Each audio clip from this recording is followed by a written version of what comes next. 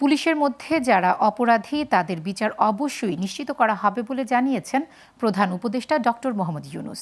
তিনি বলেন, পুলিশকে ২৪-এর অভ্যুত্থানের চেতনা ধারণ করেই কাজ করতে হবে। সোমবার সকালে বিভাগীয় কমিশনার ও জেলা প্রশাসকদের সঙ্গে মতবিনিময় সভায় ভিডিও কনফারেন্সে তিনি এসব কথা বলেন। এ সময় প্রধান উপদেষ্টা বলেন, সর্বোচ্চ গুরুত্ব দিয়ে দ্রব্যমূল্য নিয়ন্ত্রণের চেষ্টা চলছে, আর মাঠ পর্যায়ের প্রশাসনই আসল সরকার। সবার অধিকার নিশ্চিত করতে চায় অন্তর্বর্তী সরকার। বিস্তারিত জানাচ্ছেন শাহরিয়ার বাঁধন।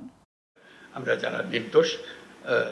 সোমবার সকালে বিভাগীয় কমিশনার এবং জেলা প্রশাসকদের সঙ্গে নিজ কার্যালয়ের সভাকক্ষ থেকে ভিডিও কনফারেন্সের মাধ্যমে মতবিনিময় করেন প্রধান উপদেষ্টা ডক্টর মোহাম্মদ ইউনূস। সভায় ঢাকা সহ সব বিভাগের কমিশনার এবং জেলা প্রশাসকরা নিজ নিজ কার্যালয় থেকে অংশ নেন। শান্তি শৃঙ্খলা প্রধান উপদেষ্টা বলেন, জাতি ধর্ম বর্ণ নির্বিশেষে সবার নাগরিক অধিকার নিশ্চিত করতে কাজ করছে সরকার।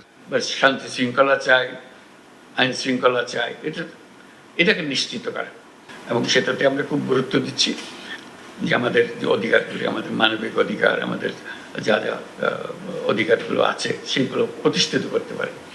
এবং সেই প্রসঙ্গে একটা বিষয় এসেছে যে সংখ্যালঘুদের অধিকার, যে আমি নানাভাবে বলার চেষ্টা করছি, সংখ্যালঘুদের অধিকার বলে আলাদা অধিকার থাকার দরকার নেই। আমরা যে নাগরিক অধিকার, সেই অধিকারটা প্রতিষ্ঠিত করতে পারলেই আমরা এই কাজে সফল হয়ে গেলাম। সরকার প্রধান বলেন, দ্রব্যমূল্য নিয়ন্ত্রণের চেষ্টা চলছে, এটাকে সর্বোচ্চ গুরুত্ব দিয়ে সবাইকে একসাথে কাজ করার আহ্বানও জানান তিনি। দ্রব্যমূল্য একটা বড় ইস্যু, এখান থেকে চেষ্টা হচ্ছে কিভাবে এটাকে আয়ত্তে আনা যায়। এখন আয়ত্তে আনার সুযোগ আরো বেশি সৃষ্টি হয়েছে, আগের চেয়ে অনেক বেশি সুযোগ সৃষ্টি হয়েছে।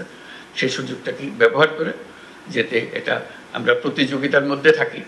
আমরা যেহেতু অনেকগুলো জেলা এর সঙ্গে আজকে জড়িত আছি, আমরা একসঙ্গে কথা বলছি, নিজেদের মধ্যে একটা প্রতিযোগিতা করা যে আমার এখানে আমরা ঠিক রাখতে পেরেছি।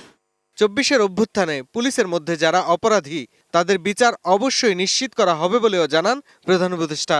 পরে অনেক অভিযোগ যে অভ্যুত্থানের সময় যে ভূমিকা তারা পালন করেছে সেজন্য মানুষ তাদের উপরে ক্ষুব্ধ।